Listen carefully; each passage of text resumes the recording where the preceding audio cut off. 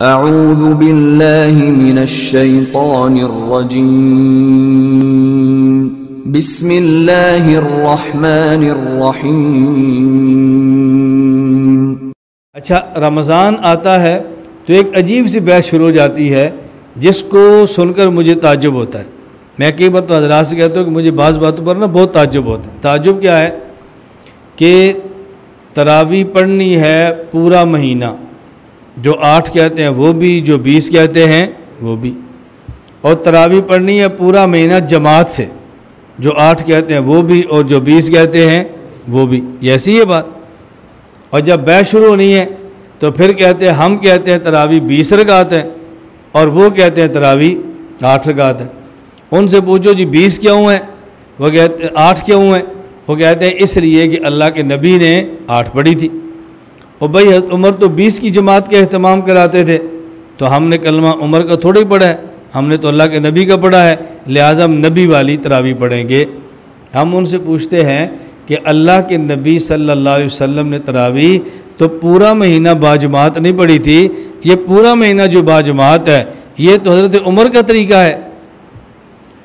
ये किसका तरीका है? हज़रत उमर का है।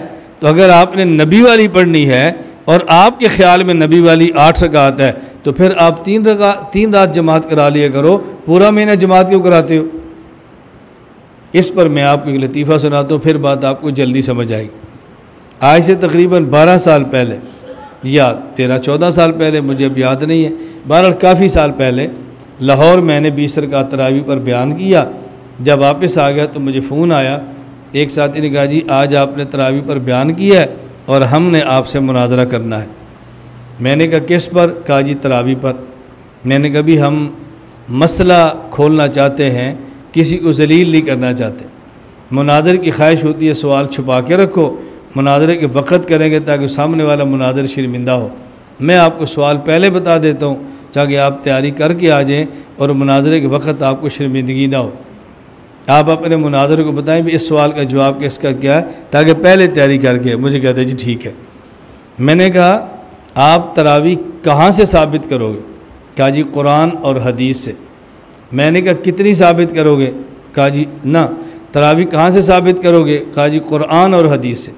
मैंने कहा कुरान में तरावी का ज़िक्र है? मुझे कहते हैं नहीं।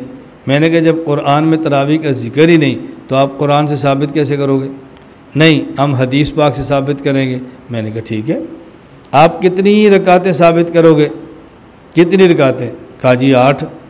मैंने कहा जो आप तरावी पढ़ते हो बग़ैर जमात की या बाजमात? कहा जी बाजमात। मैंने कहा 3 रातें या पूरा रमज़ान? कहा जी पूरा रमज़ान। मैंने कहा पूरा रमज़ान तरावी की जमात आप कहाँ से साबित करोगे? कहा जी सहाबा से रज़ियल्लाहु अन्हुम अजमाइन। मैंने कहा तू तो पहले कुरान हदीस से कह रहा था, पहले कुरान छोड़ा फिर हदीस छोड़ी, अब कहते हैं सहाबा से। तो मैंने कहा पूरा महीना तुम जमात कहाँ साबित करोगे? कहा सहाबा से। मैंने कहा कितनी रकात पढ़ोगे? कहा जी 8।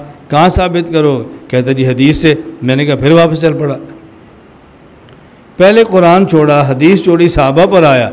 जब मैंने सवाल किया तो फिर वापस आ गया। मैंने कहा मुझे एक बात बता, सहाबाए किराम को ये पता था कि रसूलुल्लाह सल्लल्लाहु अलैहि वसल्लम ने कितनी रातें पढ़ी हैं, तो उनको ये नहीं पता था कितनी रकातें पढ़ी हैं? ये नहीं पता था। चुप। मैंने कहा चलो इनकी तैयारी कर लो, जब तैयारी मुकम्मल हो जाए फिर फ़ोन कर लो। 12-13 साल गुजर गए हैं, अभी तो फ़ोन नहीं आया। मेरी गुजारिश समझ आ गई?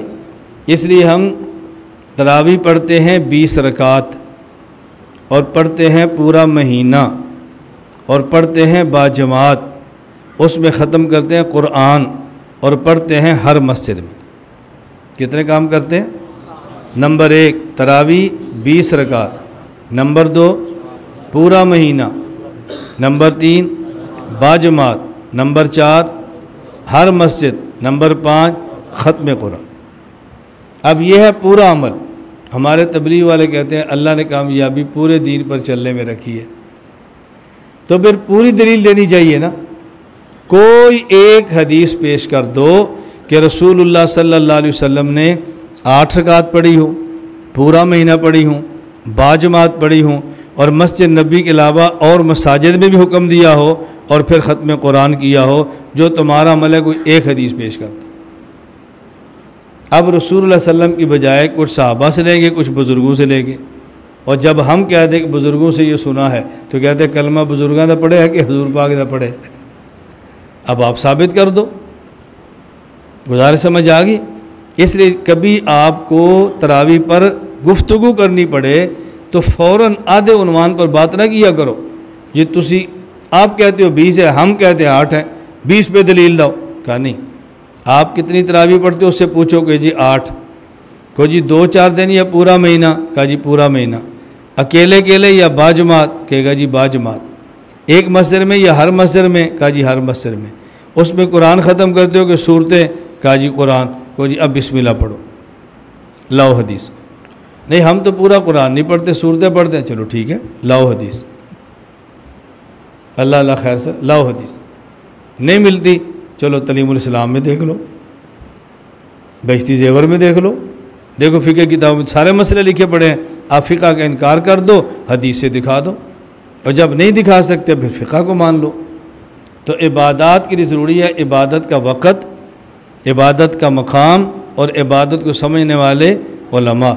इन 3 चीज़ों का ख्याल करेंगे तो इबादत बेहतर होगी और इंशाअल्लाह आखिरत बहुत उम्दा हो जाएगी।